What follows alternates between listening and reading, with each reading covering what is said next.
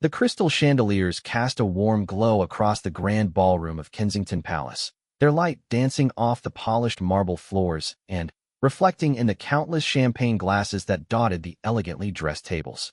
Kate Middleton stood near the entrance, greeting guests with her characteristic grace and poise, her emerald green evening gown flowing beautifully as she moved from one conversation to the next. The annual charity banquet for children's mental health was one of her most cherished events, and tonight's gathering promised to raise significant funds for causes close to her heart. William watched his wife from across the room, admiring how effortlessly she commanded the attention of everyone around her. After more than a decade of marriage, he still found himself captivated by her natural ability to make each person feel genuinely heard and valued. Tonight, however, something seemed different. He noticed the slight tension in her shoulders, the way she occasionally pressed her fingertips to her temple when she thought no one was looking, and how her smile, while still radiant, required what appeared to be extra effort. The evening had begun 3 hours earlier with Kate's usual morning routine. She had awakened before dawn, as was her habit, to review her speech notes one final time while enjoying her morning tea. The event coordinator had called twice to confirm last-minute details, and Kate had spent an additional hour on the phone with various charity representatives, ensuring every aspect of the fundraising auction would proceed smoothly. Her personal assistant had reminded her about the tight schedule: a brief photo session with major donors at 4, followed by interviews with 3 different media outlets, then the cocktail reception at 6, and, finally, the main banquet beginning at 8. Throughout the afternoon, Kate had maintained her professional demeanor despite feeling increasingly fatigued. The previous week had been particularly demanding, with back-to-back royal engagements, school events for George, Charlotte, and Louis, and several late nights working on her upcoming early childhood development initiative. She had barely slept 4 hours the night before, having stayed up late reviewing proposals from various organizations seeking royal patronage. As the cocktail hour progressed, Kate mingled with guests, each conversation requiring her full attention and emotional investment. Lady Margaret Henderson, the evening's primary sponsor, had cornered Kate for nearly 20 minutes, detailing her concerns about the current state of children's mental health services in rural areas. While Kate found the conversation genuinely important, she struggled to focus as a persistent headache began building behind her eyes. The distinguished guest list included members of Parliament, prominent business leaders, celebrity advocates, and representatives from dozens of charitable organizations. Each person had their own story to share, their own requests for royal support, and their own expectations of Kate's undivided attention. She listened to accounts of struggling families, underfunded programs, and children in desperate need of mental health resources. The emotional weight of these stories, combined with her physical exhaustion, began taking its toll. Dr. Sarah Williams, a child psychologist who had worked closely with Kate on several initiatives, noticed her friend's pallor during their conversation about a new treatment center opening in Manchester. Kate's responses, while still thoughtful and engaged, came with slightly longer pauses, and her usual animated gestures seemed more restrained. When Dr. Williams mentioned her concern, Kate brushed it off with her typical self-deprecating humor, insisting she was simply excited about the evening's potential impact. William, meanwhile, was engaged in his own series of conversations with potential donors and government officials. As patron of several mental health organizations himself, he understood the importance of these relationships and the delicate balance required to maintain support while advocating for meaningful change. However, his attention kept drifting back to Kate, and he found himself monitoring her interactions from across the room. The banquet hall had been transformed into an elegant dining space, with round tables draped in ivory linens and centerpieces of white roses and eucalyptus. Each place setting featured custom menu cards describing the evening's 3-course meal, prepared by the palace's award-winning culinary team. The walls displayed photographs and artwork created by children who had benefited from the mental health programs being celebrated tonight. As guests began moving toward the dining area, Kate excused herself briefly to touch up her makeup and review her speech notes one final time. In the privacy of the small preparation room off the main corridor, she allowed herself a moment of honest reflection. The headache had intensified, and she felt slightly lightheaded, symptoms she attributed to the combination of stress, fatigue, and having skipped lunch earlier in the day. She considered mentioning her discomfort to William, but decided against it, not wanting to cause unnecessary worry or distract from the evening's important mission. The master of ceremonies, Sir David Mitchell, welcomed guests to their tables with his characteristic wit and charm. The first course, a delicate butternut squash soup garnished with truffle oil and toasted pumpkin seeds, was served as Kate took her place at the head table between William and the evening's keynote speaker, Dr. James Robertson, a renowned child psychiatrist whose research had influenced mental health policy across Europe. Kate engaged in animated conversation with Dr. Robertson about his latest research on early intervention strategies, her professional interest temporarily overriding her physical discomfort. She had read several of his papers in preparation for tonight's event and was genuinely curious about his recommendations for policy implementation.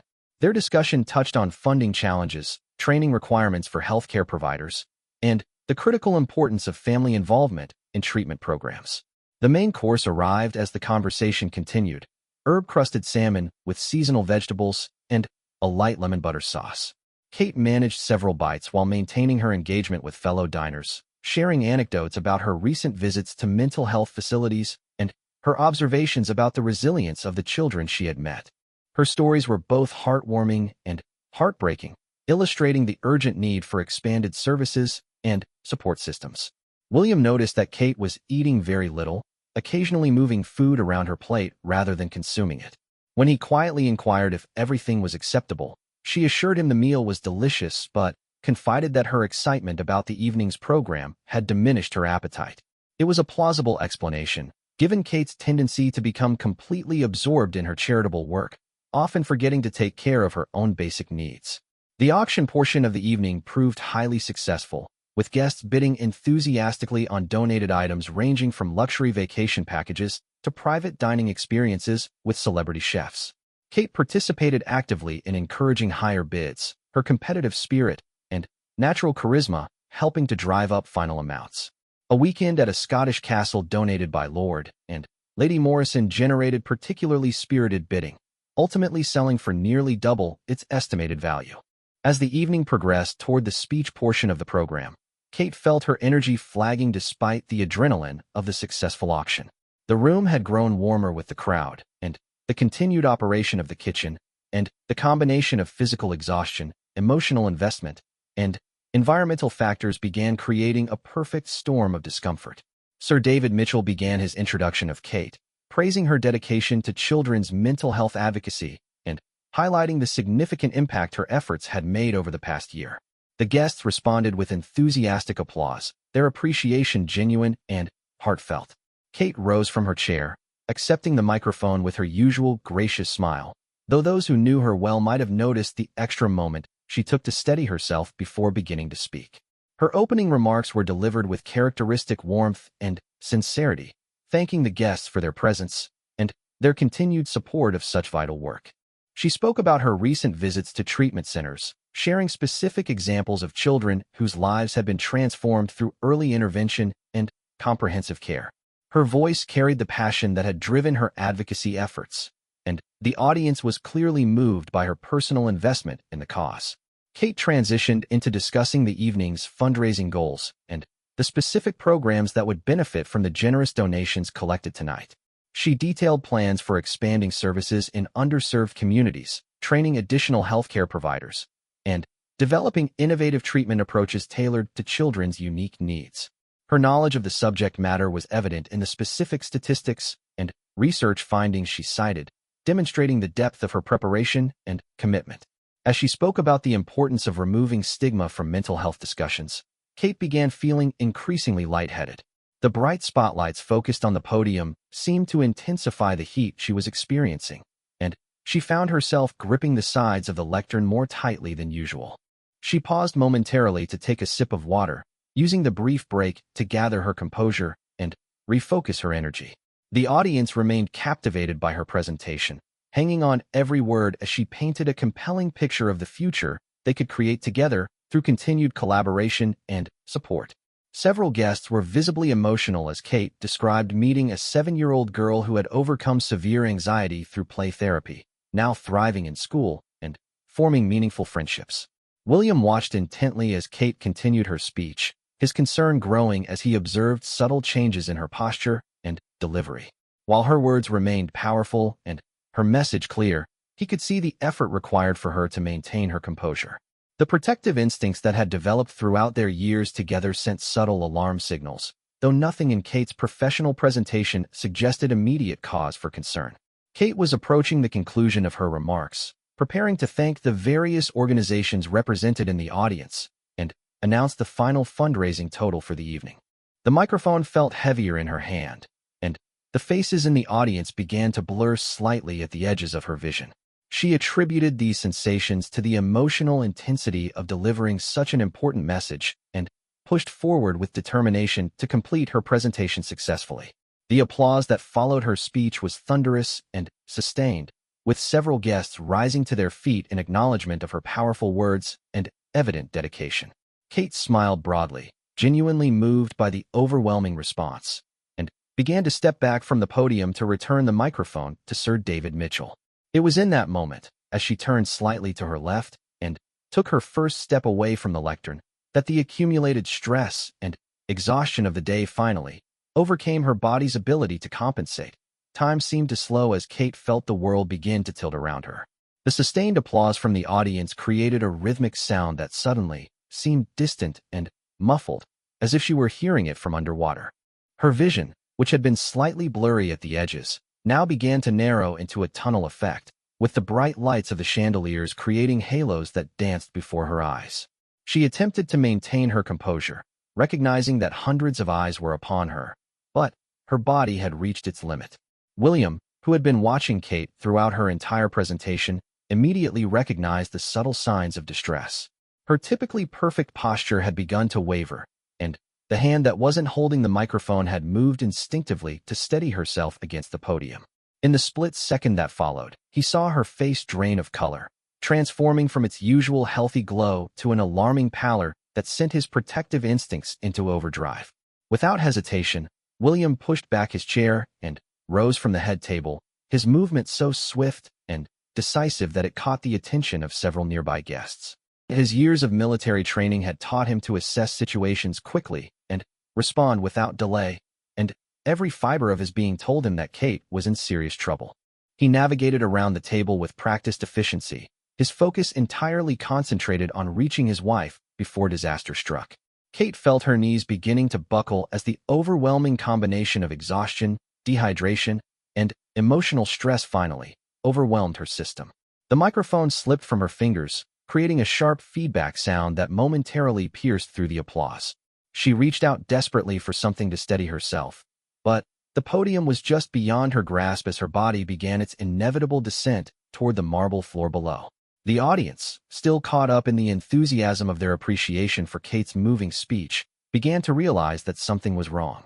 The applause started to fade unevenly as guests in the front rows noticed the distress on Kate's face and her increasingly unsteady movements. Lady Margaret Henderson, seated at a table directly in front of the podium, gasped audibly and half rose from her chair as she witnessed Kate's obvious struggle. Dr. Sarah Williams, who had noted Kate's earlier pallor, immediately recognized the signs of an impending collapse. Her medical training kicked in as she quickly assessed the situation, mentally cataloging the potential causes and immediate interventions that would be necessary. She began moving toward the front of the room, pushing past other guests with professional urgency, but she was too far away to provide immediate assistance. William reached Kate just as her legs gave way completely, his strong arms encircling her waist and supporting her full weight as she collapsed against him. His quick reflexes and positioning prevented her from hitting the hard marble floor, instead cradling her gently as he carefully lowered her into a more stable position. The collective gasp from the audience created a moment of stunned silence, broken only by the soft rustle of fabric as William knelt beside his wife. Kate's consciousness wavered between awareness and darkness, her body finally surrendering to the accumulated stress it had been fighting all evening. She was dimly aware of William's familiar presence, his strong hands supporting her, and his calm voice speaking quietly near her ear. The words weren't entirely clear, but his tone carried the reassurance and love that had been her anchor throughout their marriage. The ballroom erupted into controlled chaos as guests processed what they had just witnessed. Some rose from their tables in concern, while others remained seated but craned their necks to see what was happening at the front of the room. The murmur of worried voices filled the space as speculation began about Kate's condition and the appropriate response to the unprecedented situation. Sir David Mitchell, demonstrating the composure that had made him a successful master of ceremonies for decades, quickly moved to the microphone that Kate had dropped. His voice, amplified throughout the ballroom, carried authority and calm as he addressed the concerned audience. He requested that everyone remain in their seats while medical assistance was summoned, emphasizing that the situation was under control and that the Duchess was receiving proper care. William's military training proved invaluable as he assessed Kate's condition with practiced efficiency. Her breathing was steady but shallow, her pulse rapid but regular, and her skin cool and clammy to the touch. He recognized the symptoms of exhaustion and possible dehydration, conditions that, while serious, were manageable with proper immediate care. His primary concern was ensuring her comfort and dignity while medical professionals could arrive to conduct a proper evaluation. Dr. Williams finally reached the podium area, her medical bag in hand as she approached William and Kate. She had been attending the banquet as a guest but had never been more grateful for her habit of carrying basic medical supplies to public events. William gratefully acknowledged her expertise, providing a brief summary of his observations while maintaining his protective position beside Kate. The palace security team, trained for exactly these types of emergencies, had already contacted the royal medical staff and were discreetly managing crowd control. Their efficiency was remarkable, creating a protective perimeter around Kate while maintaining an atmosphere of calm professionalism that prevented panic from spreading through the gathering. The lead security officer coordinated with the event staff to ensure privacy and minimize disruption. Kate began to regain consciousness slowly, her awareness returning in waves as her body started to recover from the overwhelming stress response. The first sensation she noticed was the familiar comfort of William's presence, his hand gently stroking her hair as he murmured reassuring words. The second was the realization that she was no longer standing, followed by the gradual understanding that something significant had happened. Dr. Williams conducted a quick preliminary examination, checking Kate's vital signs and pupil response while asking gentle questions about her symptoms. Kate's answers were coherent, but revealed the extent of her exhaustion, the inadequate nutrition throughout the day, and the high stress levels she had been managing. The doctor's professional assessment suggested that Kate had experienced a vasovagal response, a common but concerning reaction to extreme stress and fatigue. William helped Kate sit up slowly, supporting her back and monitoring her comfort level as she gradually regained her equilibrium. Her color was beginning to return, though she still appeared fragile and tired. He could see the embarrassment in her eyes as she became fully aware of the situation, the realization that her collapse had occurred in front of hundreds of distinguished guests weighing heavily on her mind. The royal medical team arrived within minutes, their prompt response a testament to the efficiency of the palace's emergency protocols. The lead physician, Dr. Margaret Thompson, who had been Kate's personal doctor for several years, conducted a more comprehensive evaluation while maintaining the privacy and dignity that the situation demanded. Her findings confirmed Dr. Williams' initial assessment. Exhaustion, dehydration, and stress had combined to create the perfect conditions for a collapse. Kate insisted on addressing the concerned guests, her sense of duty and responsibility overriding her physical discomfort. Williams supported her desire to reassure the audience while ensuring that she didn't overexert herself further. Together, they approached the microphone, with William providing steady support as Kate prepared to speak to the worried gathering.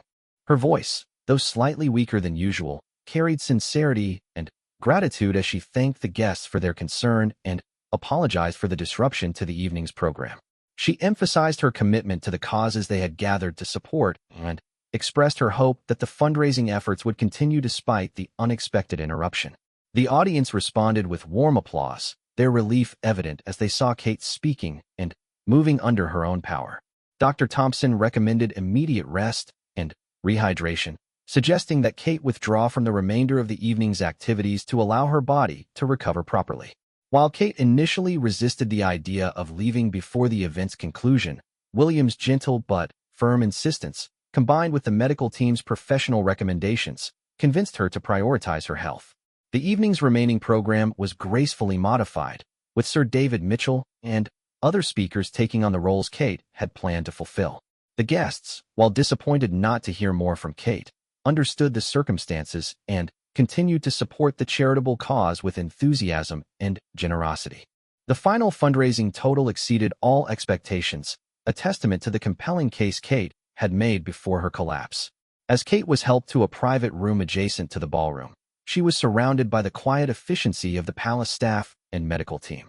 William never left her side, his protective presence providing comfort and security as she processed the evening's events. The private space allowed her to rest without the pressure of public observation while receiving appropriate medical attention. Dr. Thompson established in 4 lines to address Kate's dehydration quickly and effectively, explaining each step of the treatment to both Kate and William. The immediate intervention began to improve Kate's condition noticeably, her color returning to normal and her energy levels showing signs of recovery. However, the doctor emphasized that complete rest would be essential for the next several days. Word of Kate's collapse began to spread beyond the ballroom, with palace communications staff working quickly to manage the narrative and provide accurate information to prevent speculation and misinformation.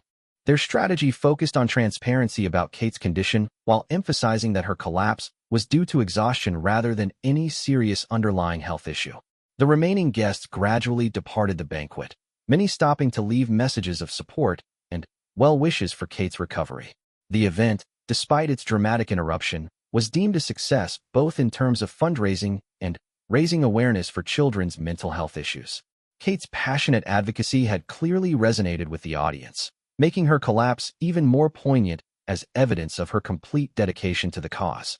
As the ballroom slowly emptied and the cleanup process began, William remained focused entirely on Kate's comfort and recovery. His quick thinking and protective instincts had prevented a potentially serious injury, and his continued presence provided the emotional support she needed to process the overwhelming events of the evening.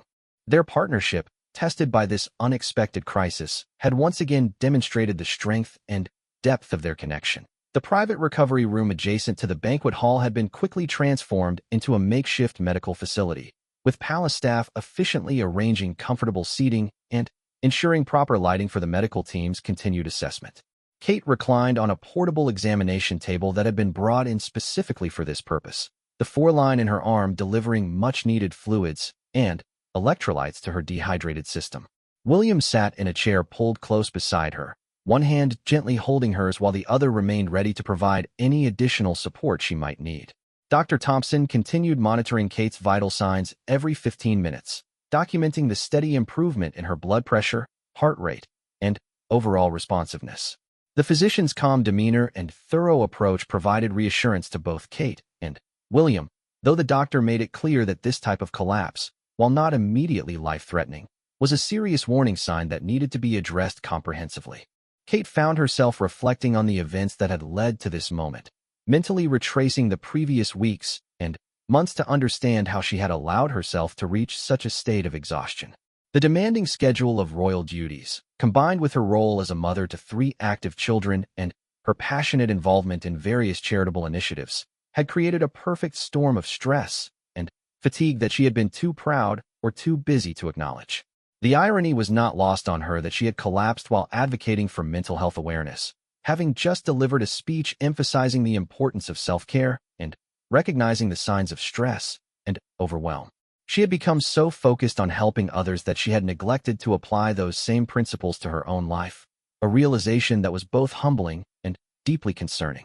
William watched the color gradually return to Kate's cheeks as the 4 fluids worked their way through her system, but he could see the mental and emotional processing happening behind her eyes. He knew his wife well enough to understand that she would be harder on herself than anyone else could possibly be, taking full responsibility for what had happened, and likely already planning ways to prevent any future disruption to her royal duties. Dr. Williams, who had remained nearby throughout the initial treatment, approached with updates from the banquet hall and news from the outside world. The media had inevitably learned about Kate's collapse, though the palace communications team had been quick to provide accurate information and emphasized that the Duchess was receiving excellent care and was expected to make a full recovery with proper rest. The immediate concern was managing public perception and preventing speculation about more serious health issues, while also being honest about the reality of the exhaustion and stress that had contributed to the collapse. The communication strategy balanced transparency with privacy, acknowledging what had happened while protecting Kate's dignity and personal medical information. Kate expressed frustration about the attention her collapse would inevitably generate, worrying that it would overshadow the important message about children's mental health that had been the evening's primary focus. She feared that the fundraising efforts might be diminished by concern about her health, rather than enhanced by the passionate advocacy she had intended to provide. William reassured her that the evening's fundraising goals had not only been met but exceeded, with many guests expressing that her dedication to the cause, evident even in her collapse, had actually strengthened their commitment to supporting the initiatives.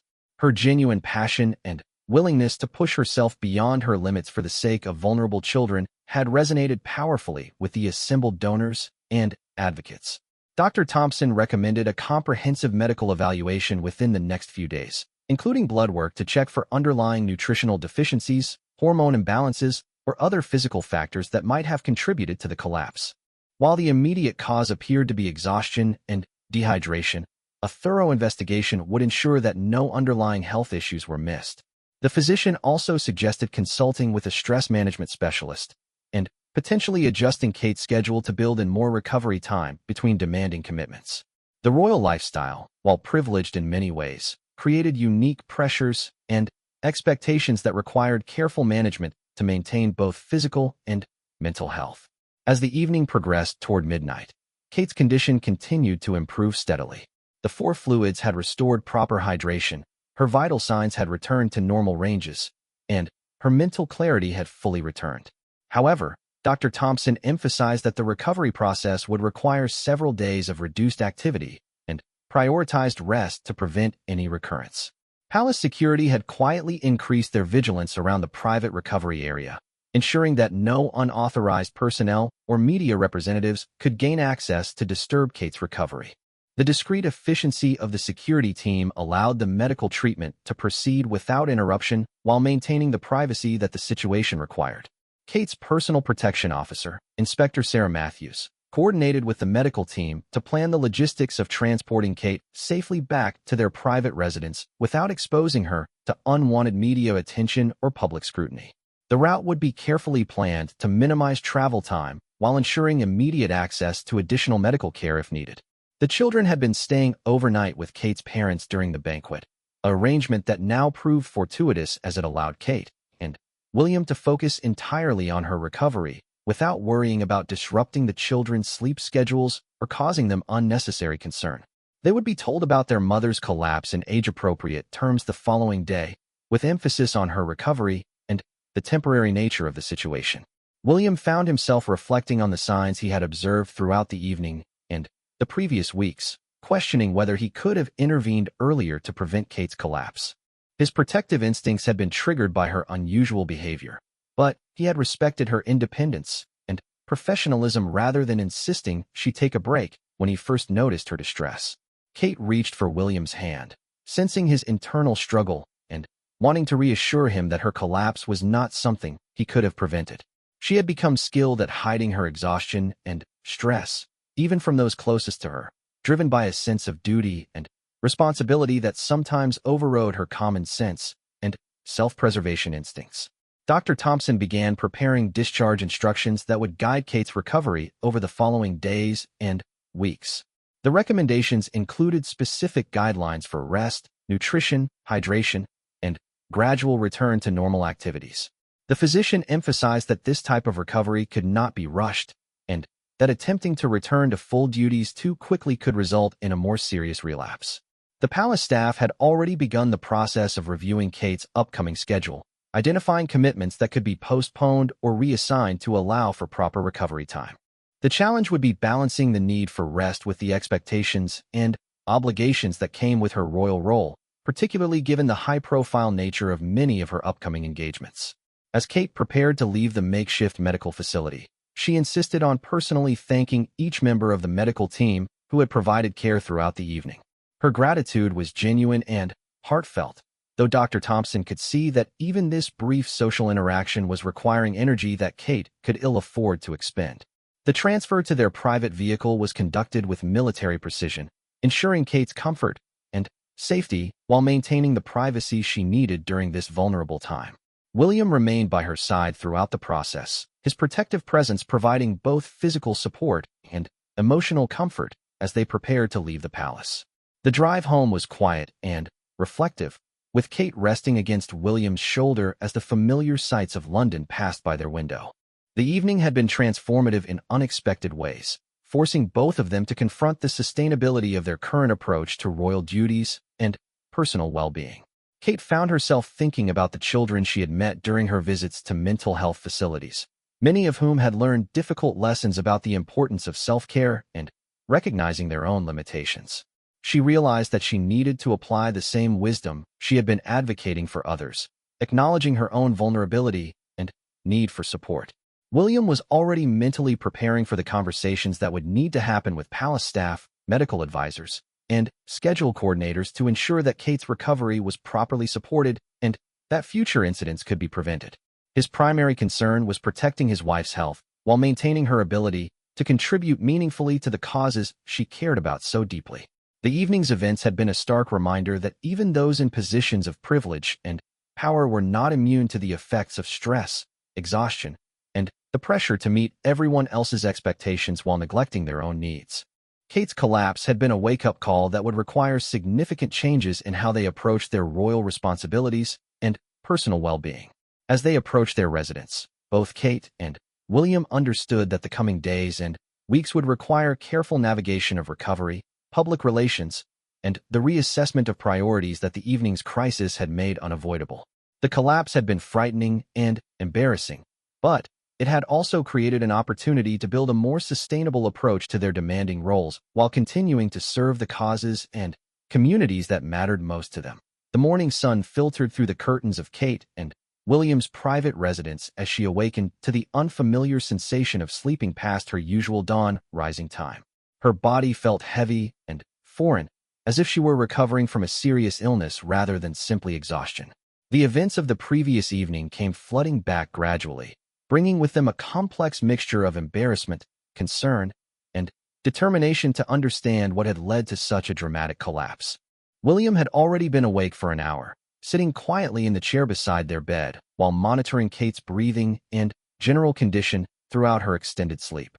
The protective vigilance that had emerged during the crisis continued into their private space, his concern manifesting in the careful attention he paid to every sign of her recovery or potential distress. Dr. Thompson arrived early, as promised, to conduct a more comprehensive evaluation now that Kate had experienced several hours of proper rest and rehydration.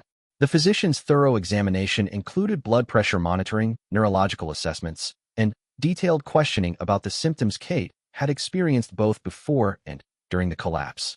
The blood work revealed several concerning deficiencies that had likely contributed to Kate's vulnerability to the stress-induced collapse. Her iron levels were significantly below optimal ranges, suggesting that the demanding schedule and inadequate nutrition had created a state of chronic fatigue that she had been masking through sheer determination and professional obligation. Kate's vitamin D levels were also substantially low, a common issue for individuals with limited sun exposure due to indoor commitments and busy schedules. Dr. Thompson explained that this deficiency could contribute to both physical weakness and mood changes, creating a compounding effect when combined with stress and inadequate rest.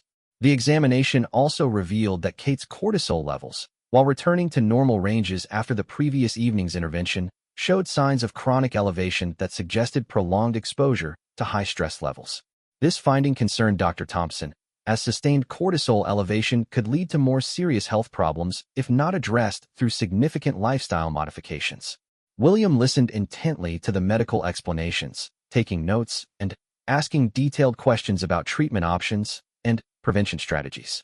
His military background had taught him the importance of thorough preparation and contingency planning, and he was determined to ensure that every aspect of Kate's recovery would be properly managed. The children arrived home from their grandparents' house mid-morning, their usual exuberant energy temporarily subdued by their parents' explanation of the previous evening's events. George, as the eldest, understood the most about what had happened and showed genuine concern for his mother's well-being, while Charlotte and Louis focused more on ensuring that Kate received proper rest and care. Kate found their innocent concern both touching and motivating, reinforcing her determination to model healthy self-care behaviors rather than the self-neglect that had led to her collapse. She realized that her children were watching and learning from her example, and that pushing herself beyond reasonable limits was teaching them potentially harmful lessons about priorities and self-worth. The palace communications team provided regular updates throughout the day about media coverage of the collapse, working to maintain an appropriate balance between transparency and privacy. The public response had been overwhelmingly supportive, with messages of concern and well wishes pouring in from around the world, though there was also speculation about the pressures of royal life and whether Kate's workload was sustainable. Dr. Thompson recommended a graduated return to normal activities, starting with complete rest for at least 3 days, followed by limited engagements that would allow Kate to rebuild her energy reserves gradually. The physician emphasized that this was not simply a matter of physical recovery, but also mental and emotional restoration that would require time and patience. Kate struggled with the enforced inactivity, her natural inclination being to resume her responsibilities as quickly as possible to minimize disruption to others. However, William's gentle but firm insistence on following medical advice, combined with her own recognition of how close she had come to a potentially dangerous situation, helped her accept the necessity of proper recovery. The afternoon brought a visit from Kate's parents, who had been deeply concerned since learning about the collapse. Her mother's emotional response and her father's quiet worry reinforced for Kate how her health and well-being affected not only herself and William, but their extended family as well. The conversation helped her understand that taking care of herself was actually a responsibility to others, not a selfish indulgence. Palace staff began the complex process of reorganizing Kate's schedule for the coming weeks, a task that required delicate negotiations with various organizations and careful consideration of which commitments could be postponed versus those that required immediate attention. The challenge was maintaining Kate's professional reputation while acknowledging the need for significant changes in her workload. William took on additional responsibilities to cover for Kate's reduced schedule, though he was careful not to overwhelm himself in the process. The experience had taught him that the royal family's effectiveness depended not just on meeting every possible commitment, but on maintaining the health and sustainability that would allow for long-term service. Dr. Thompson introduced Kate to Dr. Jennifer Hayes, a stress management specialist who worked specifically with high-performing individuals in demanding careers. Dr. Hayes explained that Kate's collapse, while dramatic, was not uncommon among people who combined perfectionist tendencies with high-pressure responsibilities and inadequate self-care practices. The stress management consultation revealed that Kate had been operating in a state of chronic sympathetic nervous system activation, essentially maintaining a fight-or-flight response throughout most of her waking hours. This physiological state, while useful for short-term challenges, became destructive when sustained over weeks and months without adequate recovery periods. Dr. Hayes introduced several evidence-based techniques for managing stress and recognizing early warning signs before they escalated to crisis levels. These included mindfulness meditation practices, breathing exercises that could be used discreetly during public engagements, and systematic approaches to scheduling that built in mandatory recovery time. Kate was initially skeptical about meditation and mindfulness practices, viewing them as potentially incompatible with her active approach to royal duties. However, Dr. Hayes explained that these techniques were actually performance enhancement tools that would improve her effectiveness rather than diminish it, allowing her to be more present and engaged during her public commitments. The evening brought a family dinner that was deliberately kept simple and relaxed, with William taking responsibility for meal preparation while Kate focused on resting and spending quality time with the children. The normal family dynamics provided a grounding contrast to the intensity of the previous evening and the medical focus of the day. Kate found herself observing her family interactions with new awareness, noticing how her usual tendency to manage every detail and ensure everyone else's needs were met before her own had contributed to her physical and emotional exhaustion. She began experimenting with allowing others to take care of her, a surprisingly difficult adjustment for someone accustomed to being the caregiver. The bedtime routine with the children provided an opportunity for Kate to have individual conversations with each child about the importance of taking care of oneself and recognizing when rest was needed. She was able to turn her experience into a teaching moment about listening to their bodies and not being afraid to ask for help when needed. William and Kate spent the late evening discussing the changes that would need to be made to prevent future incidents, acknowledging that this had been a wake-up call that required fundamental shifts in their approach to royal duties and personal well-being. They recognized that the collapse had been a symptom of larger issues that needed systematic attention. The conversation touched on the unique pressures of their position, where public service and personal fulfillment often conflicted with basic human needs for rest, privacy, and routine care. They discussed strategies for maintaining their commitment to important causes while protecting the health and stability that made their service possible. Kate expressed guilt about the attention her collapse had generated, worried that it had overshadowed the important charitable work they had been trying to highlight. William reminded her that her dedication to the cause, evident even in her willingness to push beyond her limits, had actually strengthened public awareness of the mental health issues they were trying to address. The evening concluded with Kate taking her prescribed medications and supplements, the first steps in addressing the nutritional deficiencies that had contributed to her vulnerability. Dr. Thompson had emphasized that recovery would be a gradual process requiring consistent attention to nutrition, rest, and stress management rather than a quick fix. As Kate settled into bed earlier than usual, supported by additional pillows and with William maintaining his protective vigilance nearby, she reflected on how the previous 24 hours had changed her understanding of her own limits and responsibilities.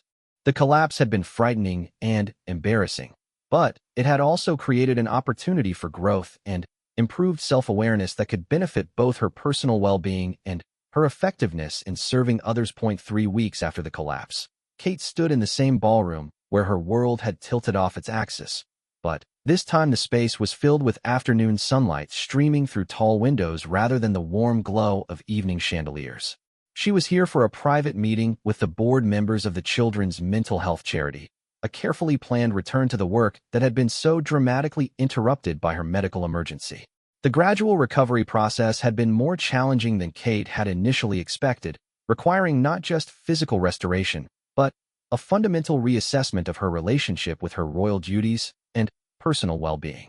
The first week had been the most difficult, as her body adjusted to proper nutrition and rest while her mind struggled with the enforced inactivity and loss of control over her schedule. Dr.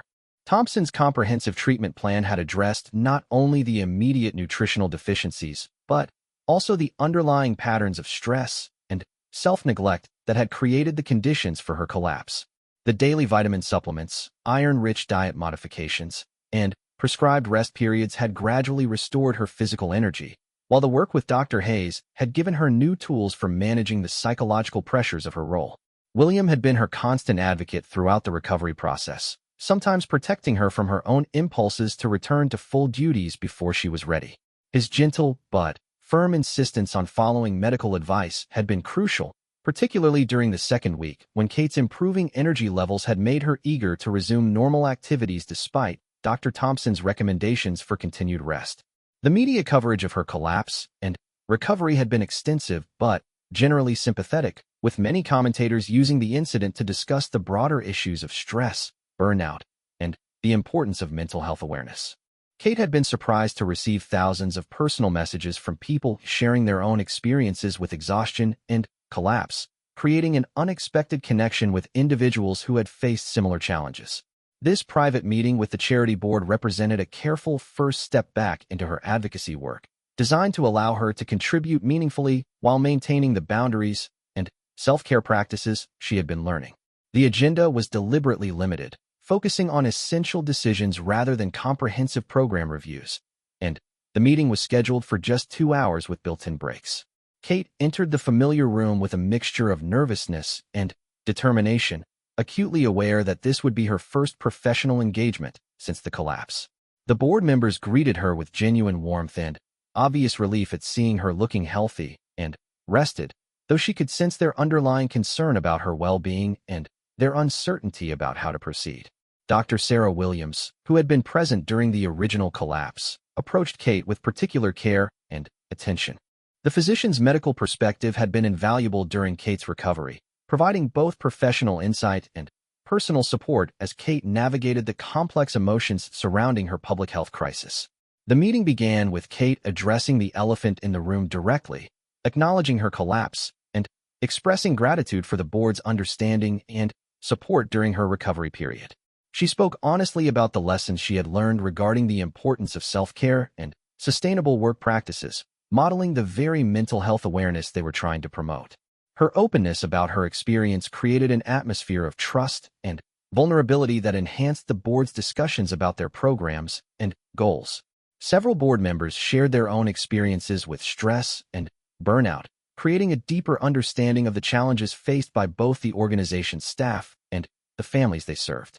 The substantive discussion focused on the early childhood development initiative that Kate had been passionate about before her collapse, examining ways to expand the program while ensuring that implementation would be sustainable for everyone involved.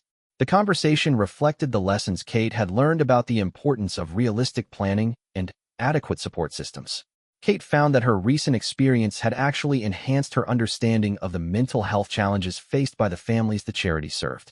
Her own struggle with acknowledging her limitations and asking for help had given her new insights into the barriers that prevented people from seeking mental health support, particularly the stigma associated with admitting vulnerability. The board's response to Kate's more measured approach was overwhelmingly positive, with several members commenting that her willingness to model healthy boundaries would strengthen the organization's credibility and effectiveness. They recognized that Kate's collapse and recovery had inadvertently created a powerful teaching moment about the realities of mental health and self-care.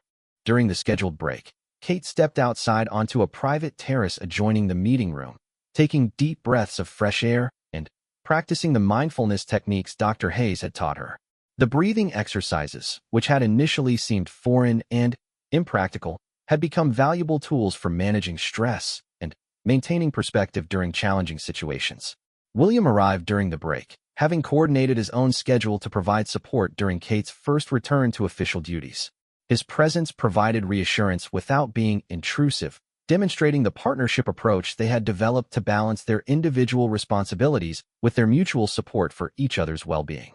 The second half of the meeting focused on practical implementation strategies, with Kate contributing her insights while being careful not to overcommit herself or others to unrealistic timelines. The discussion reflected a new awareness of the importance of sustainable pacing and adequate resource allocation, principles that would benefit both the organization and the families it served.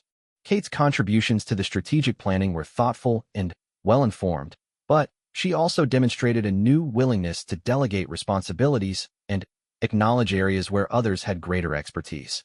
This collaborative approach represented a significant shift from her previous tendency to take personal responsibility for every aspect of the project she supported.